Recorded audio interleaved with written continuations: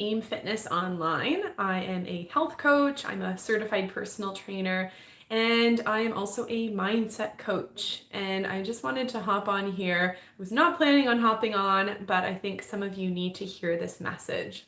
So I just got off the phone from an hour conversation from a woman. She reached out. She's a part of my email list and she gets my emails regularly. And she reached out because she wanted to chat about her health. And this message that I want to share today is really powerful because I'm sure there's many of you who feel just like this woman that you have lost. You've lost your motivation. Maybe you've lost the drive to exercise or to put your health first. Maybe you have found that over the past few years, you've just been doing less and less. And the idea of getting started, the idea of signing up for a program, or even the idea of exercising regularly just seems way too much for you. It feels overwhelming. You don't really know where to start. And you may also struggle with commitment. The idea of doing something on a regular basis may just seem too much, too hard for you right now.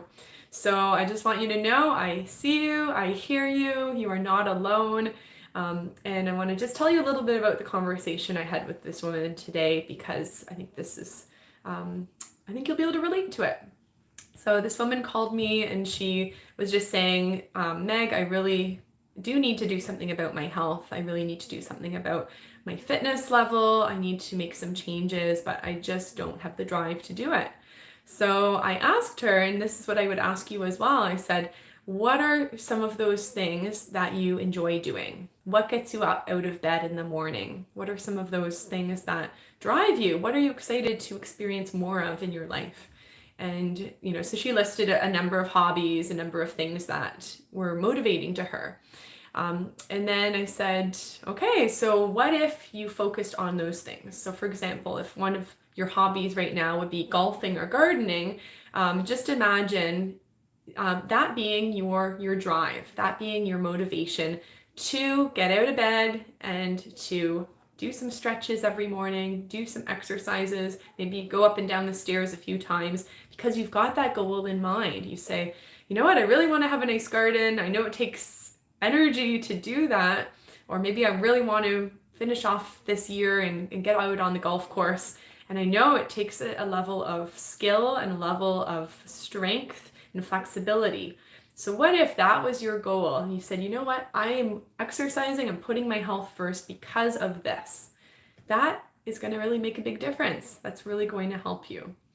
Now, something else she said, because she said, I'm really just struggling right now with my mindset, with my attitude. It's hard to see things as being positive.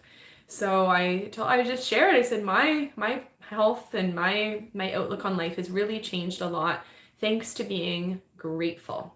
And I gave her an activity to do. I said, get up every morning, make your coffee, make your tea, get out just a sheet of paper or a notebook and make a list of 5 things that you're grateful for in that moment. And sometimes it doesn't need to be about what's around you. Sometimes it can just be about what's in the room. So maybe it's, hey, I'm noticing that the sunlight is coming into my window and it's just hitting the wall and it just looks really, really nice. Or, I'm noticing that I have the ability to go up and down the stairs and I'm noticing that my legs are strong enough to carry me where I want to go. So it can be little things. Maybe it's, I'm grateful that I have a family member or a friend, someone that I can reach out to and I can connect with. So what is it? What is it that you're grateful for? Because I find that when we focus on gratitude instead of worry or concern or negativity, then that can actually lead to more motivation. That can lead us to really look at ourselves, look at our health in a different way when we look at it through the lens of being grateful. And then something else I chatted with her about was I was saying, okay, you're not feeling motivated, you're not feeling like you can commit to things, but what are some areas of your life that you are motivated in right now? What are some of areas in your life that you are feeling that you are very committed to right now? Because I think most of us have an area, right? So maybe it's I don't know, maybe you like, I really like red wine. So maybe it's taking time once a week and you say, you know what, I like to have my glass of wine at the end of the week. To me, this is relaxing. This is something I like to do. You are committed to that habit, right? You're committed to having that wine every week and putting up your feet and relaxing. So yes, you are able to commit to something. Now, maybe for others, it's maybe you are in a fitness routine or you're in the routine of going for regular walks. So again, look at that area of your life and say, okay, what got me started? How did I start going for walks? Well, probably started with a decision. One of my clients who I see every week, I work one-on-one with her, we do personal training. And when I started working with her, she really struggled in many ways. And one of them was she just felt really isolated, really alone. She felt like she didn't know many people in her apartment building and she just spent a lot of time alone. That was really discouraging for her. So I said, you know what? There may be other people in your neighborhood or in your building who want to go for walks too. What if there was someone who would enjoy a walk with you just as much as you would enjoy that with this person? So anyways, literally within a month, she met someone. She saw this woman going on walks on her own and she approached her and they started to chat. And she said, oh, you know, I go for walks. Do you ever want to join me? So they ended up starting to walk together. And what came of this is a friendship. Friendship came from this one decision of just getting to know someone. And now this has been over a year, but now they go for walks almost every day together. They've developed that routine, but it started with that just approaching someone, just asking someone, hey, do you want to join me in this? So I think that's another piece that is really important, is to think, okay, how can I get committed to something? What am I committed to already in my life? And then what's the first step I need to take, maybe even today, just to get that ball rolling, just to start. And then notice how that feels, because once we start doing something once, it becomes easier to do it again and again. So I want to tell you guys that, you know, if you're feeling this way, you're feeling lack of motivation, you're feeling that commitment is just really tough for you right now, try just to commit to something really small. So maybe it is those 5 things, writing down 5 things you're grateful for and starting with that every day, because you know what, it's going to probably take 2 minutes. It's not going to take very long. That's a really good place to start. And then for others of you, maybe you're ready to start moving your body. I have so many exercise videos on my YouTube channel, and those of you who are already subscribers, you know there's lots of videos there. So hunt around, find one video that you can do every day. I've got 5-minute videos, I have 10, I have 20 minutes, but choose one video to do every day. Again, it doesn't take long, but it is that decision of just doing it, just getting started. And then for some of you, maybe you're at the place where you say, you know what, I could really use some support. My motivation is just not improving. I've been trying on my own. It hasn't been working. I want to let you know that I am offering a new program this fall. I offered it last fall as well. So this is going to be the second time that I'm running it. And it is called AIM Accountability. And it's all about keeping each other accountable. And basically, it's going to be an 8-week program. It is going to be live. It's going to be run through Zoom. So you can join from anywhere that you live. You don't have to be in my neighborhood. It's going to be online.